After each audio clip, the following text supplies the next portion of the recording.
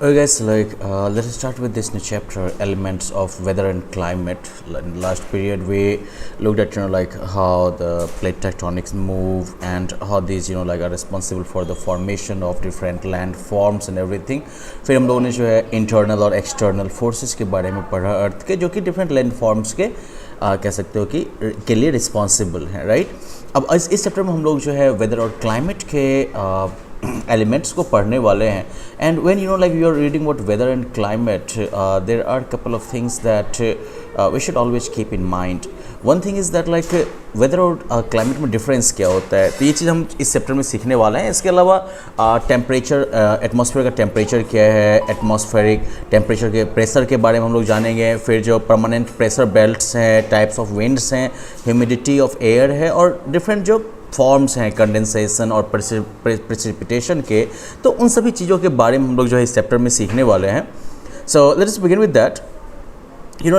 Weather और climate की अगर हम बात करें तो ये तो हमारे एग्जिस्टेंस के बिल्कुल जो है सेंटर में है, राइट। एग्जिस्टेंस मतलब अस्तित्व हो गया, तो हमारे अस्तित्व के लिए बिल्कुल सेंट्रल चीज़ है कि वेदर और क्लाइमेट कैसा है। For example you can find lots of people living in northern plains of India.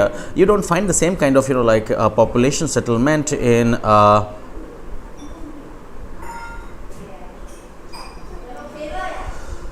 you don't find the same level of you can say population settlement in Ladakh region है कि वहाँ का weather और climate जो है बिल्कुल different है। Weather और क्लाइमेट जो है they influence our ways of life, जैसे कि कपड़ा कैसा हम पहनते हैं, फूड कैसा हम खाते हैं, किस तरह के घर में हम रहते हैं, किस तरह की फसल हम उगाते हैं, और बाकी इस तरह की चीज़ें जो है, ये सारी चीज़ें जो है वो वेदर और क्लाइमेट से ही इन्फ्लुएंस्ड होती है। अब वेदर को अगर समझना है तो वेदर क्या है, तो weather is the condition of the atmosphere at a particular place over a short period of time. ठीक है, वेदर क्या हो गया, तो एटमॉस्फेयर का कंडीशन हो गया एक खास जगह पर एक शॉर्ट पीरियड ऑफ टाइम में। ठीक है, इट इज़ नॉट कांस्टेंट, ये कांस्टेंट नहीं है, इट कीप्स चेंजिंग, ये बदलता रहता है। And it may change from day to day और within the same day itself. ये दिन ब दिन बदल सकता है या फिर एक दिन के अंदर ही बदल सकता है। अभी मान लीजिए कि भयानक गर्मी है, उमस है, अचानक से आसमान में बादल घिर आएंगे, बारिश शुरू हो जाएगी, ठंडी हवा चलने लगेगी, और फिर हो सकता है कि थोड़ी देर के बाद जो है फिर बारिश जो बादल जो है वो ख़त्म हो जाए, छट जाए, और फिर से धूप निकल आए, फिर से गर्मी आ जाए, पॉसिबल है। तो वेदर इस तरह से जो है चेंज हो सकता है। दूसरी तरफ क्लाइमेट जो है it refers to the average weather conditions of a large area over a long period of time, okay, maybe 35 to 40 years.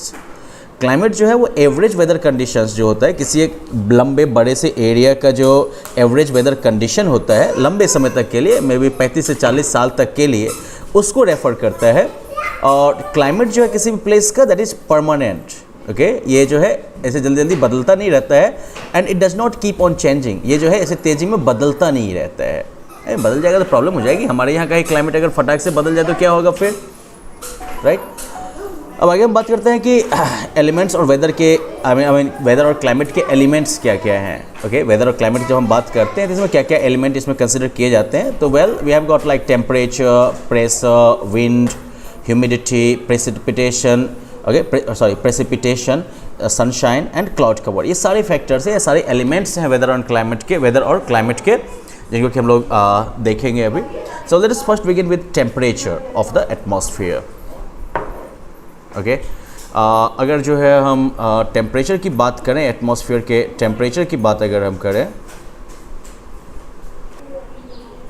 Okay, तो ये सारी चीज़ें टेम्परेचर ऑफ एटमॉस्फेयर की अगर हम बात करते हैं तो टेम्परेचर जो किसी भी एटमॉस्फेयर का टेम्परेचर जो है it can be defined as the degree of hotness और कोल्डनेस ऑफ एयर। मतलब हवा की जो गर्मी का लेवल है या ठंडी का लेवल है उसी को टेम्परेचर कहते हैं हम। ठीक है, जितना डिग्री है।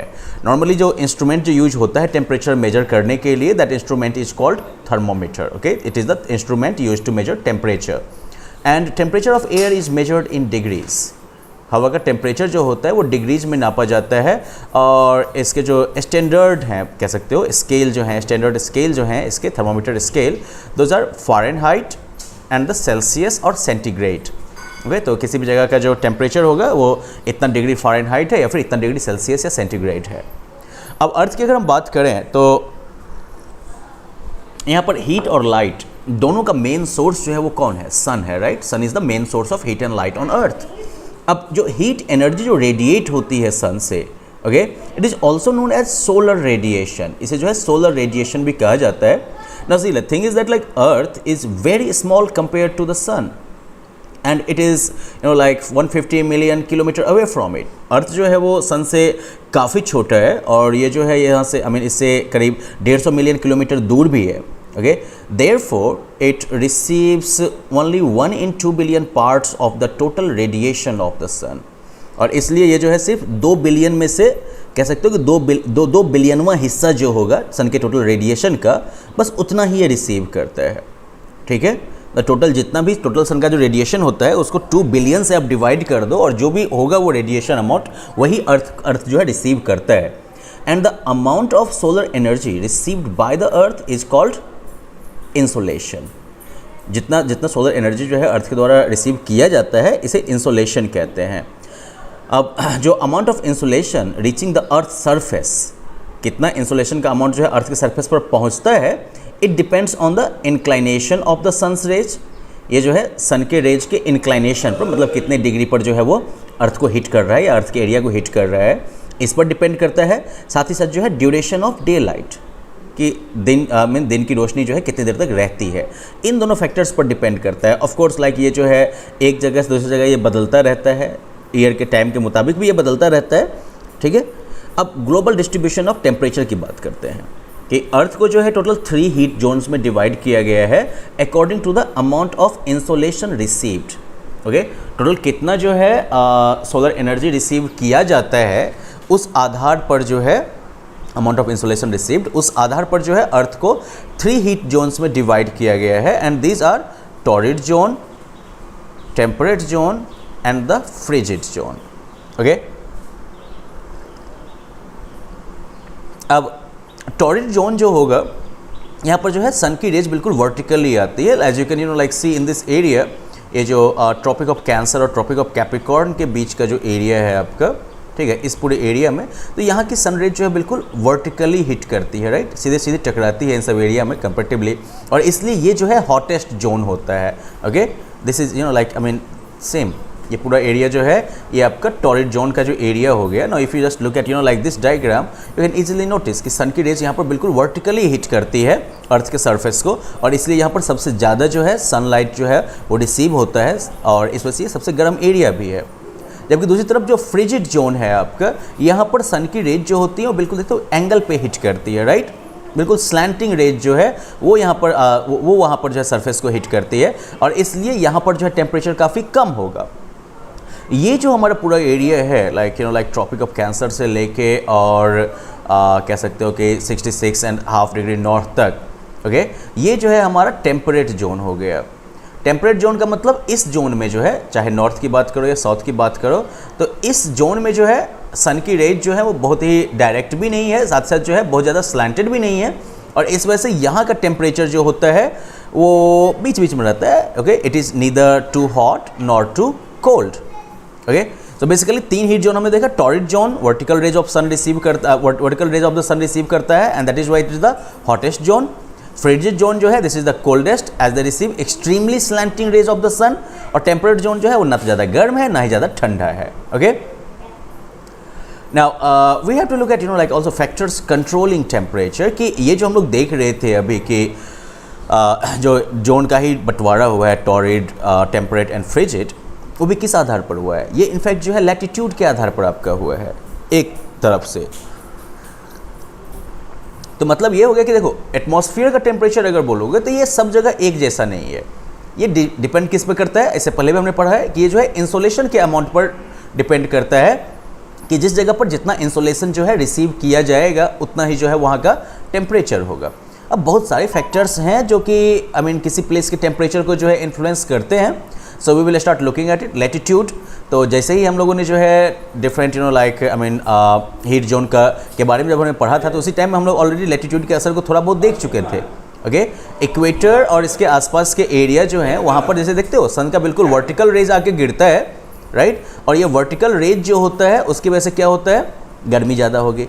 अब जैसे जैसे आप इक्वेटर से जो है पोल्स की तरफ मूव करने लगोगे, ठीक है, इक्वेटर से जैसे जैसे हम लोग जो है फिर पोल की तरफ बढ़ना शुरू करेंगे तो सन की रेज जो है वो वर्टिकल से क्या हो जाएगी, अर्थ के कर्वेचर की वजह से, अर्थ के अपने कर्व की वजह से जो है अब सन की रेज धीरे धीरे जो है स्लैंटिंग होती जाएगी। ओके, और इस स्लैंटिंग रेज का मतलब क्या हो जाएगा कि ओवरऑल जो है इंसोलेशन का अमाउंट घटता जाएगा, टेम्परेचर जो है वो घटता जाएगा। तो मतलब अब इक्वेटर हाई टेम्परेचर जोन हो गया और उससे जैसे जैसे आप पोल की तरफ बढ़ते जाएंगे टेम्परेचर जो है वो घटता जाएगा। ठीक है, तो ये आपके इक्वेटर का असर हो गया। अगला फैक्टर जो कि वैसे किसी एक खास जगह के एल्टीट्यूड को प्रभावित कर सकता है, that is your altitude. Altitude मतलब सी लेवल से हाइट कितनी है आपकी। अब देखो नॉर्मली जो है हम लोग एक मिसकॉन्सेप्शन में होते हैं क्या कि सूरज जो है वो सीधा हमारे एटमॉस्फेयर को गर्म करता है, ऐसा नहीं है। एटमॉस्फेयर जो है वो डायरेक्टली सन के द्वारा हीटेड नहीं होता है, बल्कि ये इनडायरेक्टली जो है अर्थ के हीट से जो है ये गर्म होता है।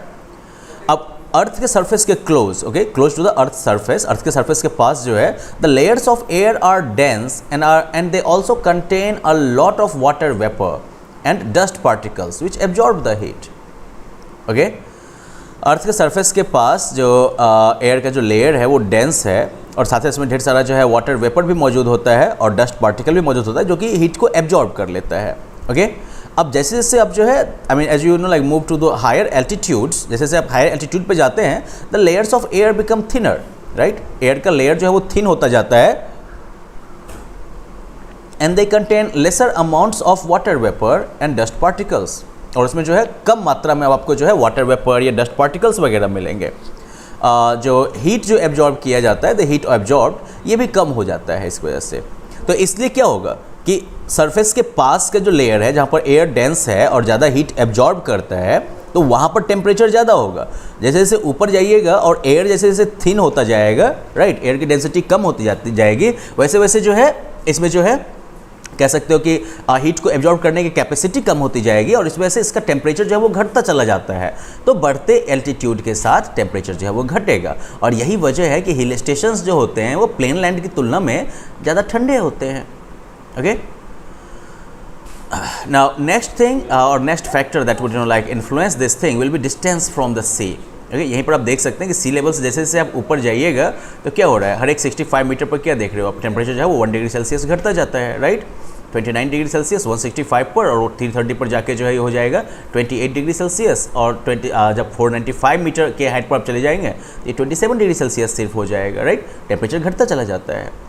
अगला फैक्टर जो किसी एक जगह के टेम्परेचर को इन्फ्लुएंस करता है that is distance from the sea. Okay,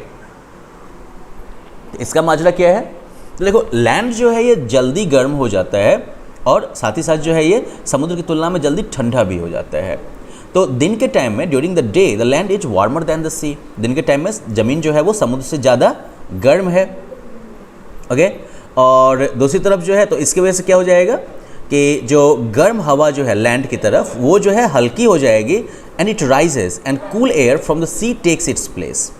okay, earth पर क्या हो जाएगा, लैंड के ऊपर की हवा जो होगी वो ऊपर की तरफ चली जाएगी, इसकी वजह से यहाँ पर लो प्रेशर क्रिएट होगा और चूंकि समुद्र की तरफ टेम्परेचर कम होगा क्योंकि पानी को गर्म होने में ज़्यादा टाइम लगेगा ना लैंड की तुलना में, तो वहाँ की हवा जो है वो ठंडी होगी और वहाँ हाई प्रेशर से हवा जो है वो इस लो प्रेशर वाली जगह पर आके जो है भर जाएगी, राइट। तो इस तरीके से क्या होगा, समुद्र से जो है ज़मीन की तरफ हवा बहेगी जिसे कि हम सी ब्रीज कहते हैं। ओके, तो एक तो ये हो गया। दूसरी तरफ क्या हो जाएगा कि उसी में अगर मान लो कि रात के टाइम में जो है क्या होगा, अर्थ जो लैंड जो है वो जल्दी ठंडा हो जाएगी, राइट। रात के टाइम में जो है लैंड जो है उसका टेम्परेचर जल्दी कम होगा कंपेयर टू द ओशन।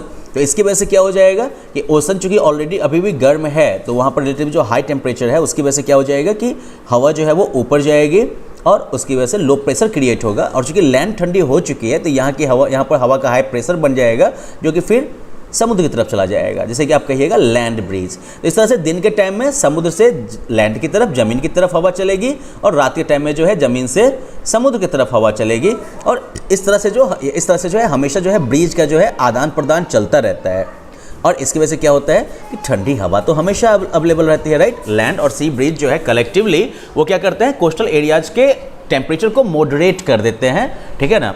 और इस वजह से वहाँ पर जो है मैरीटाइम या ओशियानिक क्लाइमेट आपको मिलता है। अब वो जगह जो कि सी से काफ़ी दूर होते हैं वहाँ पर आपको एक्सट्रीम टेम्परेचर मिलेगा। ओके, और वहाँ पर जो है आपको कॉन्टिनेंटल क्लाइमेट देखने को मिलता है। अब आगे बात करते हैं हम विंड की, कि विंड जो कि वार्मर एरिया से बहता है तो वो जो है किसी जगह के टेम्परेचर को बढ़ा देता है, ठीक है, जबकि वो विंड जो कि ठंडे एरिया से बहता है वो जो है टेम्परेचर को घटा देता है। ओके, फिर ओशन करेंट्स जो हैं इनका भी असर पड़ता है। फॉर एग्जांपल जो वार्म ओशन करेंट्स होंगे, अगर गर्म समुद्र की लहरें होंगी तो वो आसपास के कोस्टल एरियाज़ के टेम्परेचर को बढ़ा देंगी, जबकि जो ठंडी जो ओशन करेंट्स होंगी वो जो है आसपास के कोस्टल एरिया के टेम्परेचर को घटा देगी। इसके अलावा जो है relief feature, slope of the land, cloud, soil और वेजिटेशन कवर जो है, मतलब कि घास या पेड़ पौधे सब कितने हैं, तो ये सब भी दूसरे फैक्टर्स हैं जो कि किसी जगह के टेम्परेचर को जो है इन्फ्लुएंस करते हैं। Now next we will look at atmospheric pressure, but let us keep that for the next session. Just like finish the section that we have read today, okay, and see if you have understood everything properly. Okay, well then have fun. Bye bye.